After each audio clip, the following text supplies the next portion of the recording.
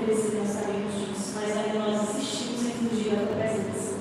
Por favor, nos resgata, nos traz de volta, para que assim possamos estar, Senhor, juntinhos de ti todos os dias, nos preparando e aguardando o teu retorno. Nós fazemos morar para sempre contigo, onde não vai mais haver distância, nem pecado, nem morte, nem dor. Então, acredito, Senhor, que esse é o desejo do meu coração e acredito que é o desejo de todos que estão aqui. Nós oramos, pedindo e agradecendo no nome santo de Jesus. Amém.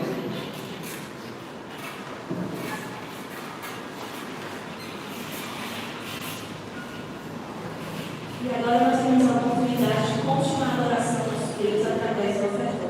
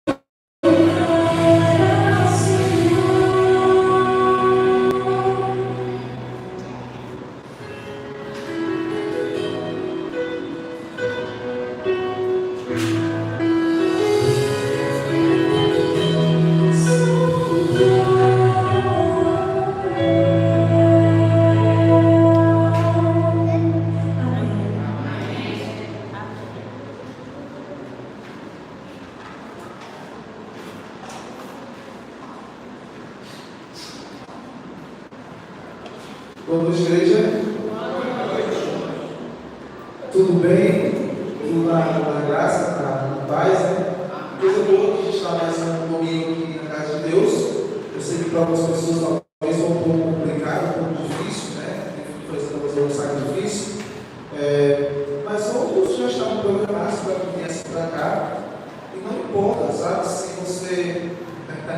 Não importa se você veio programado, se você veio tentando vir, né? Mas o importante é o resultado. Você está aqui. Deus ele te trouxe aqui. E eu gosto sempre de pensar assim: tem coisas na nossa vida, muitas vezes a gente tudo joga para Deus. Por exemplo, andei, estava andando, tropecei, porque eu estava correndo num canto que era cheio de dois dentro da frente. Trágico. Mas tem gente que vai pensar assim: não, foi porque Deus quis. Eu não sou muito dessa linha. E também não sou muito quem pensa assim. Eu acho que tem coisas que não é que Deus não possa evitar, mas Ele deixa que o fluxo da vida siga. Eu já conversei com as pessoas que dizem assim: eu acredito que talvez alguns de vocês possam pensar assim, e tudo bem. Né? Eu acredito que tem hora para morrer. É óbvio, se estiver vivo, tem hora que vai morrer.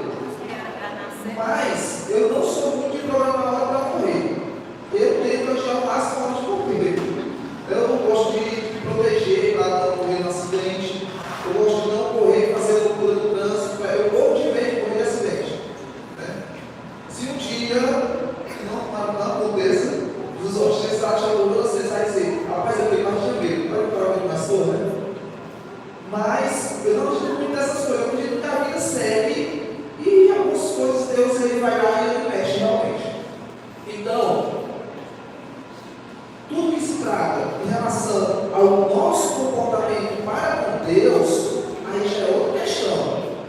Aí sim, aí está na dominância de Deus. E Deus vai fazer que aconteça tudo que for da vontade dele. Então, por mais que você não quisesse ter vindo aqui hoje, mas em algum momento passou pela sua cabeça, foi Deus que fez isso acontecer. E você veio aqui, não foi porque você quis vir, mas foi porque Deus te trouxe aqui. E é importante que você entenda isso. Por quê? Porque nós vamos falar hoje sobre o nosso comportamento, as nossas escolhas e as escolhas de Deus. Muitas vezes, a gente fala muito da escolha do ser humano. Escolha Deus, escolha estar com Deus, tudo bem. Mas a gente não pode esquecer que Deus também tem vontades. E Ele também tem escolhas. A gente só fala muito da escolha, da nossa escolha para escolher estar com Deus, escolher fazer a vontade de Deus, escolher seguir a Deus. A pergunta também pode ser: e qual é a vontade de Deus para a minha vida? Como vocês acham? Eu não estou entendendo muito bem, você pode entender.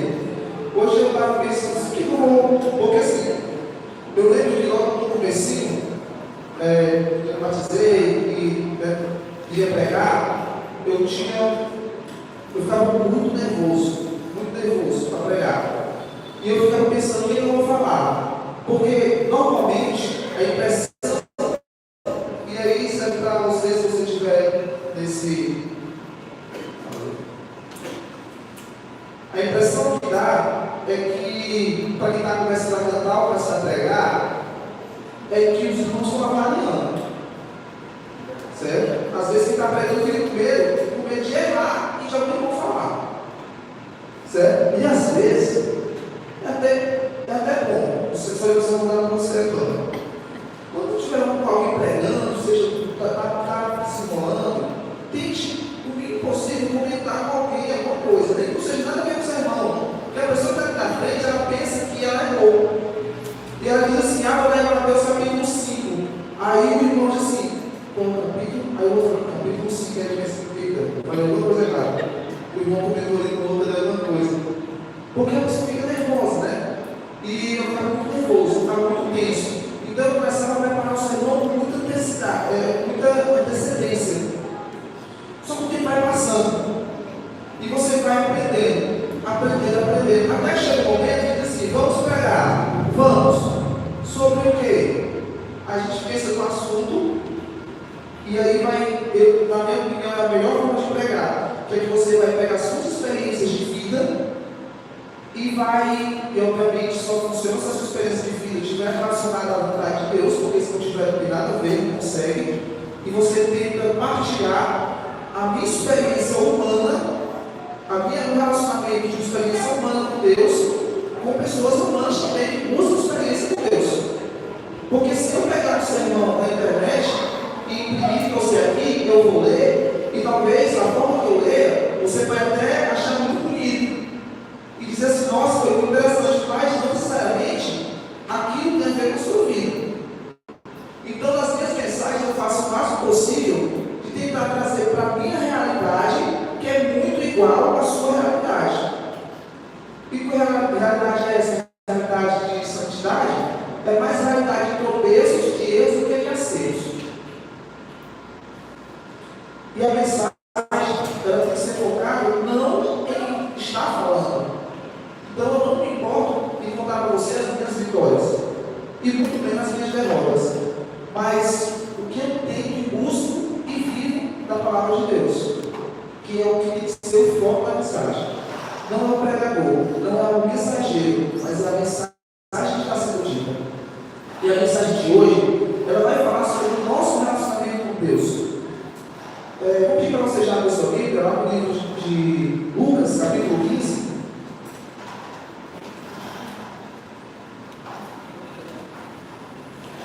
A música que a senhora vai falar, a cantora, na verdade, ela fala que, tem uma parte que ela fala assim, que eu não quero nada além de ti, nada além do teu amor, a tua graça me basta. Isso é muito bonito, né? Isso, o apóstolo Paulo ele dizia isso, e é muito belo de ler o texto de Paulo, ele falando isso, a tua graça me basta, não quero nada além disso, isso é o suficiente para mim.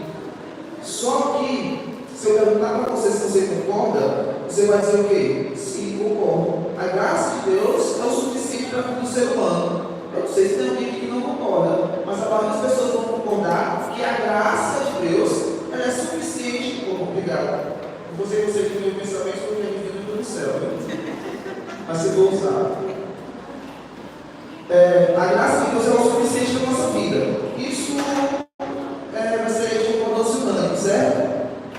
A pergunta é, se nós sabemos, e daqui a gente já passa para a mensagem, se nós sabemos que a graça de Deus é o suficiente para a nossa vida, que o amor dele é a melhor coisa do mundo, se nós temos convicção de que sem a graça de Deus nós não somos nada, porque nós, muitas vezes, escolhemos nos afastar da graça de Deus, e outras vezes, a gente pensa em escolher, também nos afastamos da graça de Deus.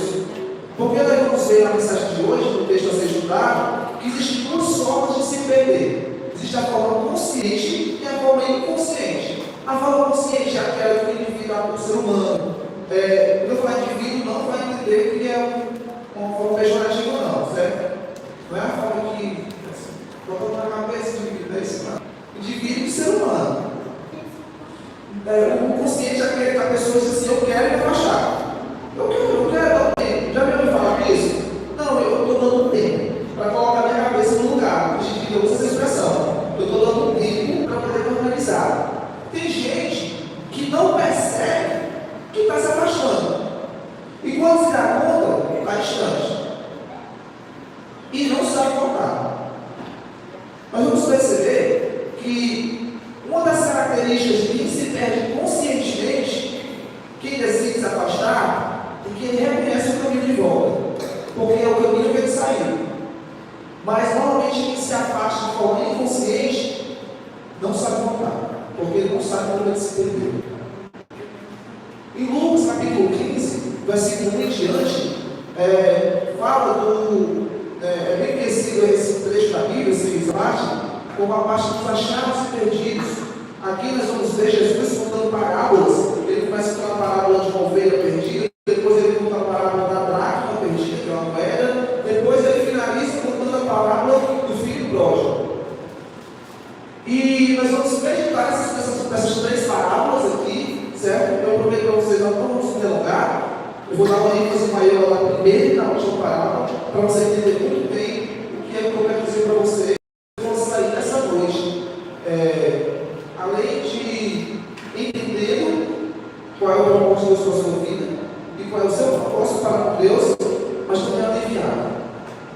Aliviado de ter escutado o que precisava ser dito, né? O que precisava ser guardado no coração.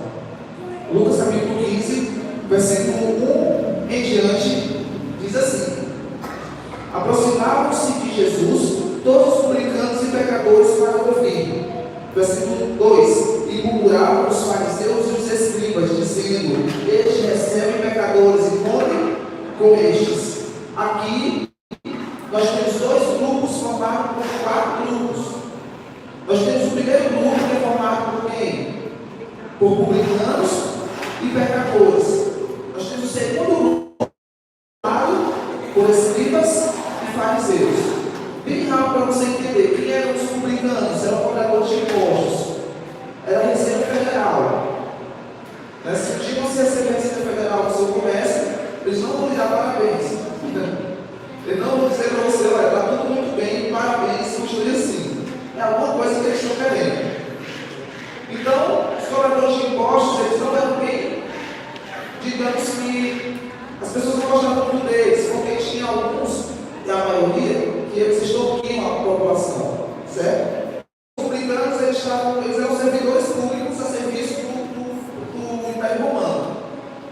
Os pecadores são os pecadores, não tem o que descrever. O pecador é uma pessoa que está aí, estamos na vida. É famoso, deixa a vida levar. Segundo grupo, formado por escribas e fariseus, e hoje a expressão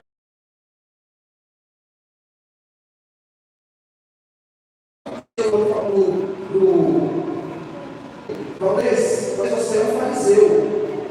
Eu acho que Valdez não vai fazer isso, né? Mas o fariseu, nessa época, na época de Jesus, o fariseu era um elogio. Não é todo mundo que pode ser fariseu, mas é alguém que é estudado, é alguém que domina a palavra, é alguém que domina a lei, é alguém que ensina. Então o fariseu, ele tinha status, como se ele fosse alguém importante na sociedade. Ele era o mestre da lei. Escribas eram as pessoas que tinham também chamado de escrivão, que eles escreviam as leis. E eles também, na época de Jesus, eles lecionavam profetas, para os profetas, para os rabinos, eles também ensinavam nas escolas.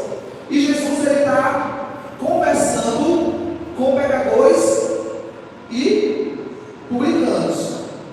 Os fariseus e os escribas olharam e murmuravam a respeito do comportamento de Jesus. E o que eles murmuravam era algo negativo a respeito de Jesus. Eles diziam: quem é que pode estar? Ele está conversando com essas pessoas. Que mestre é esse, né? De ser o filho de Deus, ele está ali com a pior parte da raça humana, os pecadores. Jesus, percebendo isso, Jesus inicia confrontando esse argumento com as parábolas. Nós vamos ver a primeira parábola e a última parábola. Nós vamos pular a parábola da perdida, porque eu não quero enfatizar ela no momento, mas ela também está nesse contexto. Em outro momento a gente pode discutir sobre ela.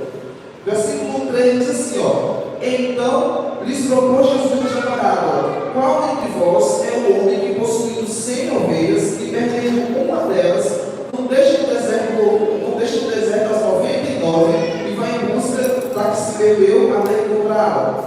Achando-a, põe sobre os ombros, cheio de júbilo, alegre, feliz, né?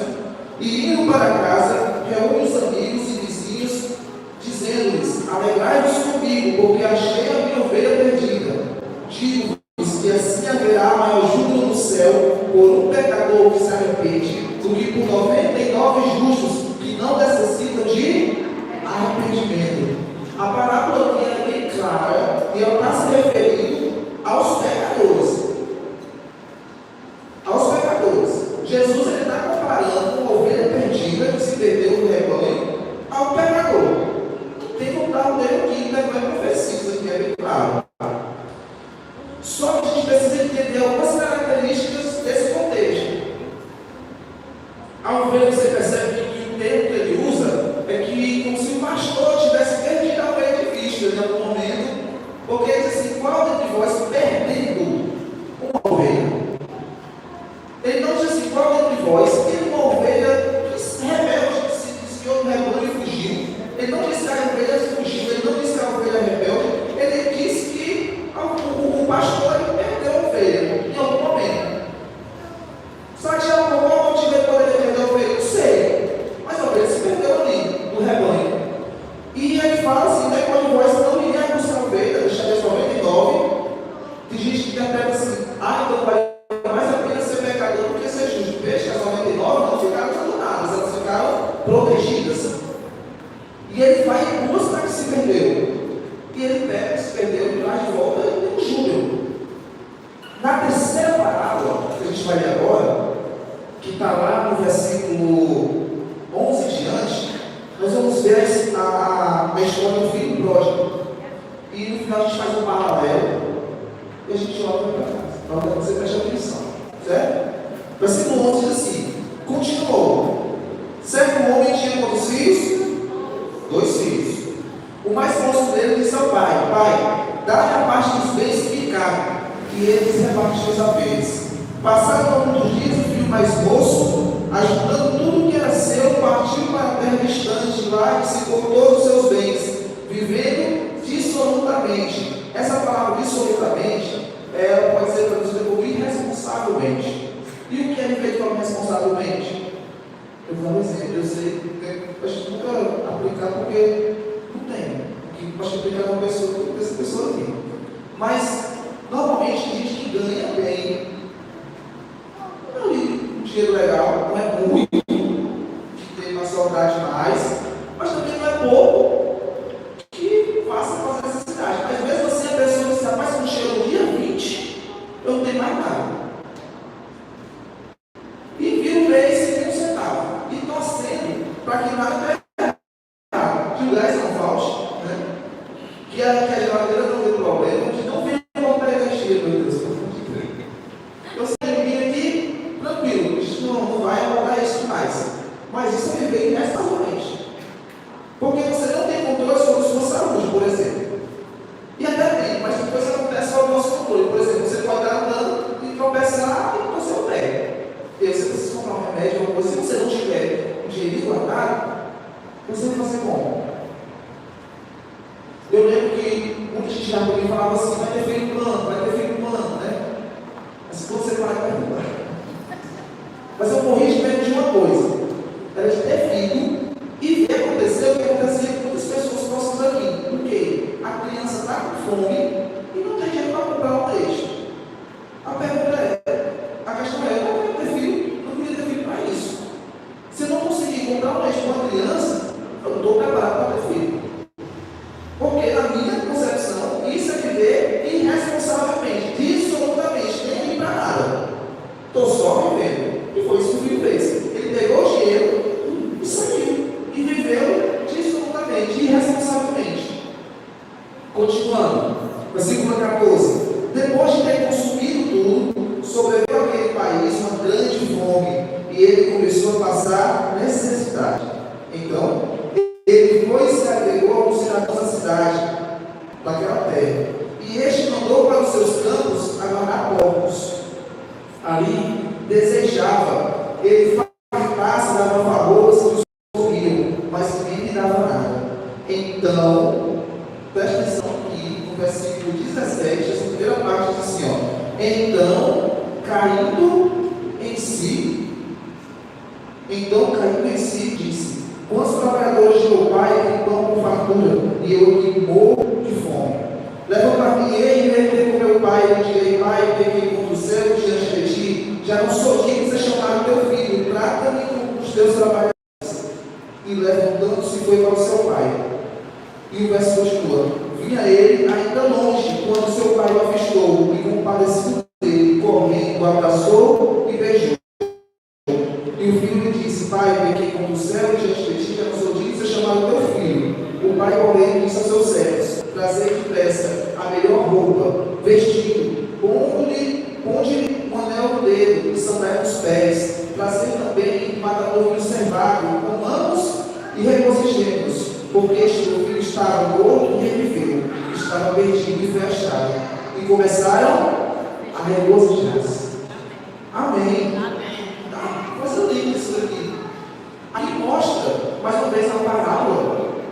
Mas aqui mostra o interesse de Deus, que o pai da história que é Deus, o interesse de Deus em receber o filho de volta. E ele não está preocupado com o que o filho fez, e muito menos preocupado com o que ele deu para o filho e o filho gastou irresponsavelmente. O que ele mais quer é receber o filho de volta e festejar. É isso que o pai quer. Porém, a gente vai, a partir desse momento, fazer um paralelo com a primeira parábola. E eu quero que você perceba que na primeira parábola, nós temos uma tomada de ação do pastor, que qual é? Ir atrás da ovelha que se perdeu. Na segunda parábola que nós lemos, em algum momento, o pai foi atrás do filho. Em algum momento, o pai mandou a ovelha atrás do filho.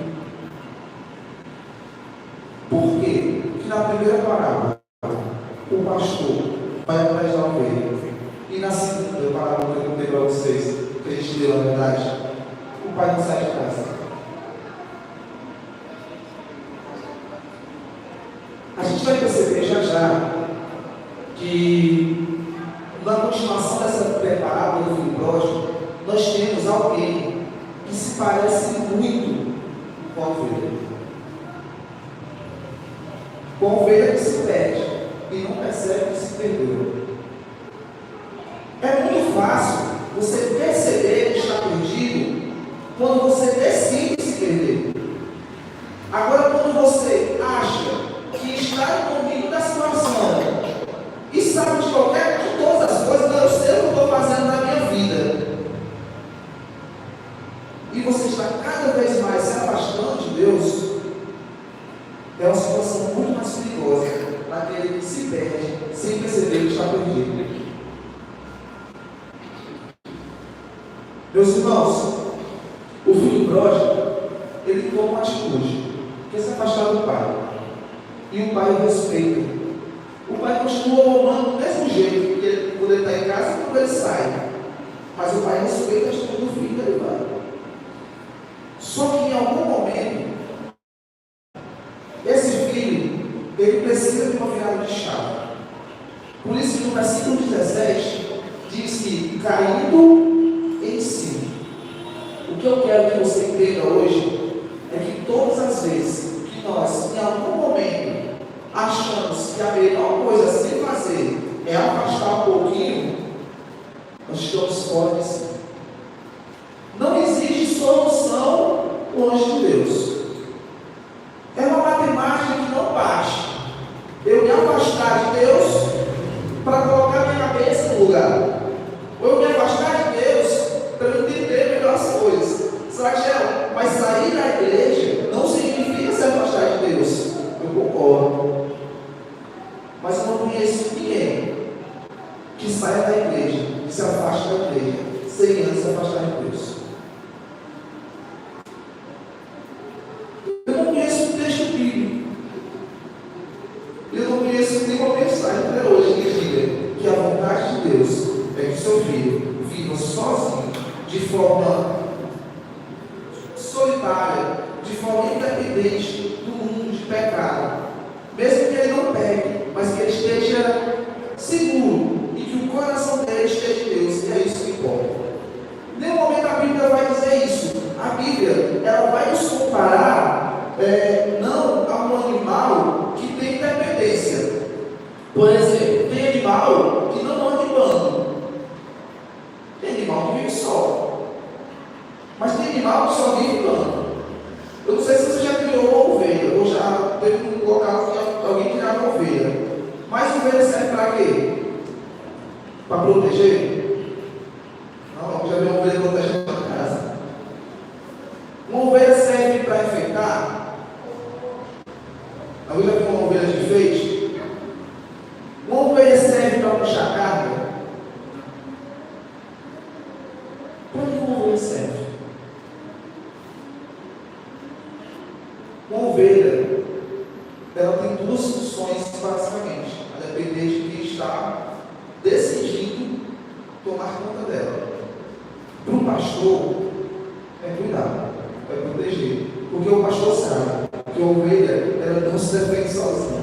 O pastor sabe que a ovelha ela não é autossuficiente. Eu não sei se você sabe, mas se você pegar uma ovelha e virar ela e segurar, ela pode morrer sufocada com a própria secreção dela. Uma ovelha não faz nada. Agora, se quem está querendo pegar a ovelha, dá que essa ovelha é um predador, a ovelha serve muito bem como um peixe. Muitas vezes a gente faz isso na internet, eu quero que você preste atenção nisso, são mensagens dizendo que você é um leão, né? Que você é forte, que você, tudo depende de você. Mas você não pode esquecer que em nenhum momento Jesus te compara a um leão, ou Jesus te compara a um lobo, que é valente, que se defende. Jesus ele te compara a uma ovelha. Ele é o leão. Quando a gente começar a se perceber como ovelha, nós começaremos a entender a nossa real necessidade da fé do pastor que é Jesus. Porque uma ovelha, ela sabe que ela não se defende. E ela precisa estar junto em rebanho. Ela tem que estar junto em rebanho. E você é uma ovelha, eu sou uma ovelha, a gente precisa estar junto em rebanho. Porque sozinho nós somos abatidos. Nós somos destruídos. E o inimigo nos devora. Agora, quando eu estou na proteção do pastor, e mesmo, né, a gente está pensando lá em casa, e a Sara fez uma pergunta, né, quando é que a gente começa a se perder? E eu aprendi isso há muito tempo, por isso que o pessoal chegou e falou, estou falando que são meus amigos, eu não estou falando não. Quando eu chegar a casar, vou mais não ver o que eu falo. São meus amigos, eu falo. Toda vez que a gente se perde, irmãos, né, a gente começa a se perder, é na igreja. É dentro da igreja. A gente começa a se perder aqui. A gente começa a se desorientar aqui. A gente não se perde lá no campo. Quando a gente vai ver, a gente está perdido. A gente está desorientado. Ninguém sai da igreja e diz, eu vou sair, mas eu estava cantando outro, estava tudo ótimo, eu minha meditação está em dia, estou fazendo no bíblico, está tudo certo, sou até quero na igreja, mas a partir de hoje, do nada, eu vou fazer aquilo, posso louco. Não funciona assim. Tudo é processo para se aproximar de Cristo e é processo para se afastar de Cristo. A ovelha, ela se perde inconscientemente. A ovelha, em algum momento, ela se desorientou e ela se perdeu. E a bichinha não percebe que está perdida naquele momento, apesar de que ela sabe que está perdida, mas ela não percebe que está se perdendo. Por isso que o pastor vai atrás dela, e ele busca ela, e ele traz ela de volta para o rebanho. Na questão do próximo, eu já fiz um apelo para a gente poder encerrar. O filho pródigo, ele toma uma decisão. E ele decide se afastar. Eu conheço mais gente, incluindo eu, que se parece mais com o filho pródigo do que com o ovelha que se perde.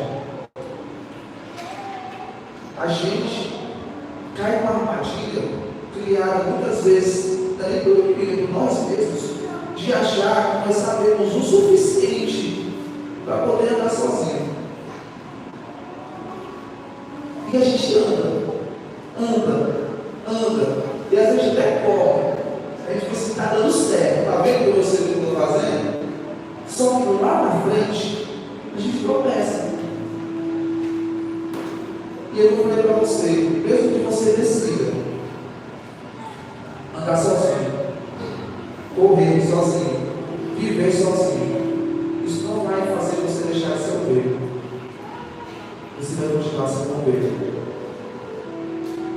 E a ovelha que se perde por conta própria, porque ela quis sair, essa ovelha precisa reconhecer que se perdeu e ela precisa voltar, senão ela vai continuar perdida. É simples. Na continuação da história do filho pródigo, nós temos o segundo irmão. Ele está em casa. O versículo 25 diz assim: ora, o filho mais velho estivera no campo, e E quando voltava, ao aproximar-se da casa, ouviu a música e as danças. Chamou os criados e perguntou-lhe o que era aquilo. E ele informou: veio teu irmão e teu pai e mandou matar o povo observado porque ele recuperou com saúde. Ele se indignou e não queria entrar. Saindo, porém, o pai procurava conciliá-lo, mas ele respondeu ao pai: há tantos anos que te sirvo sem jamais fazer de uma ordem tua, e nunca me deste cabrito sequer para alegrar com os meus amigos. Vindo, porém, este teu filho, que desperdiçou os teus bens com meretrizes, tu mandaste matar para ele com o cevado. Então me respondeu o pai: meu filho, tu sempre estás comigo, tudo que é meu. Entretanto, era preciso que nos regozijássemos e nos alegrássemos, porque este teu irmão estava morto e reviveu, estava perdido e foi achado. Eu não sei com quem você se identifica. Se é uma ovelha que está se perdendo, se entendeu, ou não tem nada a ver com isso, ou se identifica com aquele filho pródigo que diz assim: não, eu não quero dar um tempo aí, quero dar uma pausa, quero fazer aquilo. Eu falo isso, eu falei, Davi, isso para você, eu gosto de compartilhar experiências minhas, porque eu já vivi isso. Eu nunca me senti uma ovelha perdida. Eu já me senti muito mais filho pródigo. De olhar e dizer: eu vou dar o meu jeito, eu vou viver do meu jeito, eu vou pegar o meu mundo aqui, eu sei fazer. E a decisão estava tomada: eu vou seguir o mundo. Mas eu preciso essa virada de chave, que é o caminho em si. E quando o filho pródigo não caiu em si, ele estava perdido. Mas quando ele percebe a loucura que ele fez, e quando ele percebe que, independente do comportamento dele, ele é uma ovelha desorientada, e quando ele não percebe isso, ele está longe. E ao perceber isso, ele toma a decisão de voltar. Aí a gente fala assim: cuidado, porque você pode ir longe demais e não conseguir voltar. Sabe de uma coisa: nada do que você faça pode eliminar o poder de Deus na tua vida. Você pode ser rebelde como for. Se você quiser voltar, Ele vai te receber. Você pode estar longe como for. Se chegar, Deus não entende o que é distância. Ele não entende o que é distância. Ele vai te receber. Ou então, você achar que não é merecedor. É isso mesmo. Está pensando sério, você não é merecedor. Porque se Deus nos desse o que merecemos, não nos tinha graça. Deus não dá o que merecemos, Ele dá o que precisamos. A graça de Deus, ela é um presente de Deus. A graça de Deus não é por merecimento. Por isso que o filho mais velho, ele está perdido em casa. Ele está perdido dentro de casa. Ele não percebeu que ele desorientou. Mas mesmo assim, ele não saiu de casa. Ele está perdido dentro de casa. Até o pai, ele chega o pai e ele começa a barganhar. Você sabia que tem gente que vem aqui na frente, coloca uma oferta, devolve o dízimo e acha que está pagando imposto. Como assim? Eu dou isso para que eu tenha uma condição melhor. Eu sou dizimista, se eu tirar um banco com o meu cenário, você tem que cobrar isso para o prefeito. Não tem problema.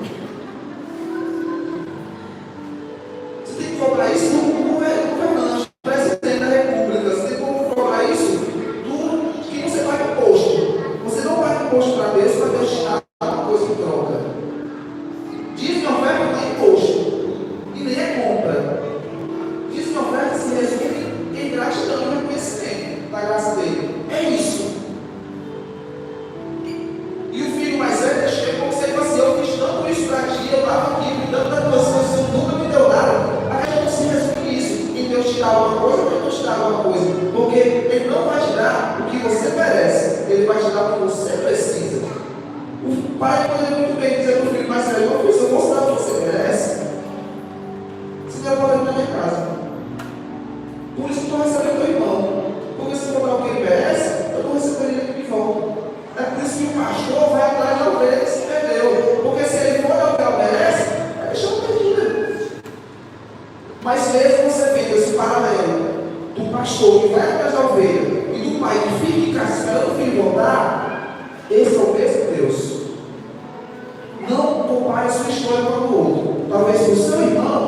Deus foi atrás. Talvez para você, Ele está esperando que você tomar tudo que voltar para casa.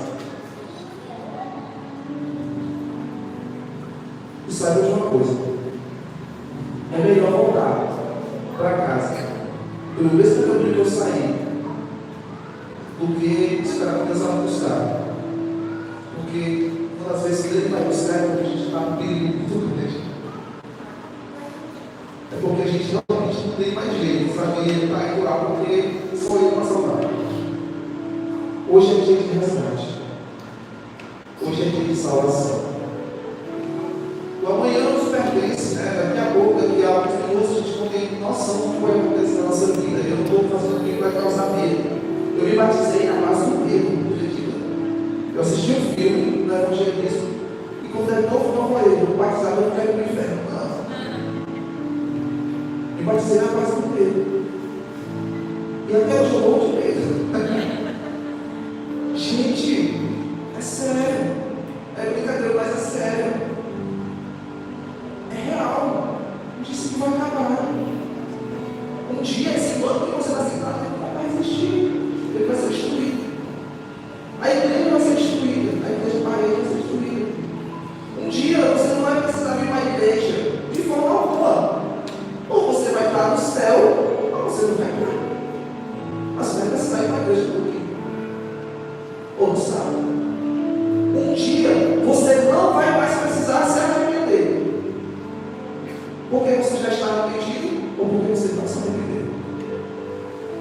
Um dia o pastor não vai mais atrás. Porque as ovelhas dele já estarão guardadas. Elas não sairão mais para isso. O filho pródigo, ele não vai existir porque ele já vai ter voltado. Não espere chegar o momento de amor ser maior do que a felicidade. Não espere chegar o momento da tristeza ser tamanha que você não consegue desfrutar do prazer de momento. Aceite hoje a graça de Deus na sua vida. Permita que o Espírito Santo atue na sua vida. Só que eu não consigo. Tudo bem, ele consegue. Você só tem que se entregar e permitir que ele cuide de você, que ele te resgate. Ele vai te resgatar. O primeiro passo que você já deu foi ter vindo hoje aqui. Amanhã você dá o segundo passo. E depois o terceiro passo. E aí nesse momento você pode começar. Não importa. Continue caminhando ao lado de Jesus. E Ele vai te salvar. Ele vai te salvar todos os dias. Ele vai te salvar do pecado. Ele vai te salvar de você mesmo. Ele vai te aproximar cada vez. E toda a vida eu quero que você reflita. Medite.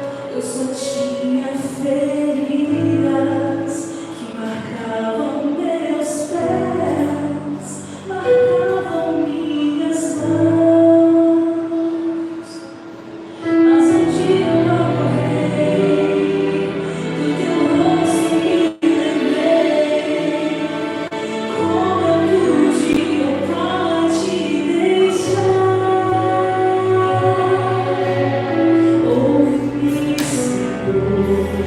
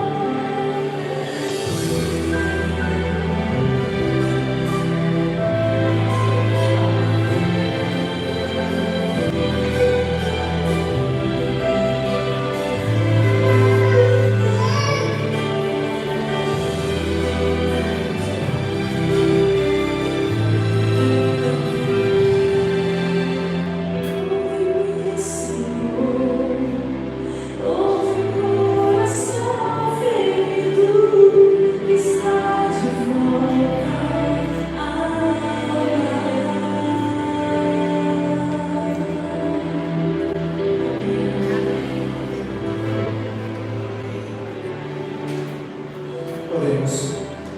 Senhor Deus, meu Pai, obrigado, Jesus, porque mesmo sem sermos merecedores, sem sermos dignos, o Senhor nos recebe de volta ao lar. Obrigado, Pai, porque mesmo em meio às dificuldades, mesmo em meio a momentos de desorientação mental, espiritual, onde nós nos afastamos dos seus propósitos, nesses momentos nós damos graças também porque o Espírito não desiste de nós. E Ele trabalha constantemente nos nossos corações, nas nossas mentes, para que nós possamos ir e voltarmos para os teus braços. Pai, nós não sabemos, alguns não sabem, que situação se encontra assim, de ovelha perdida, de filho pródigo. Mas uma certeza nós temos, é que o Senhor está pronto para nos receber de volta. E nós somos muito gratos por isso, estamos felizes e aliviados em saber que a casa está de portas abertas para nos receber, que o Rei está de portão. Perdoe-nos, nos abençoe bem, cada família aqui representada, nós pedimos em nome de Jesus. Amém.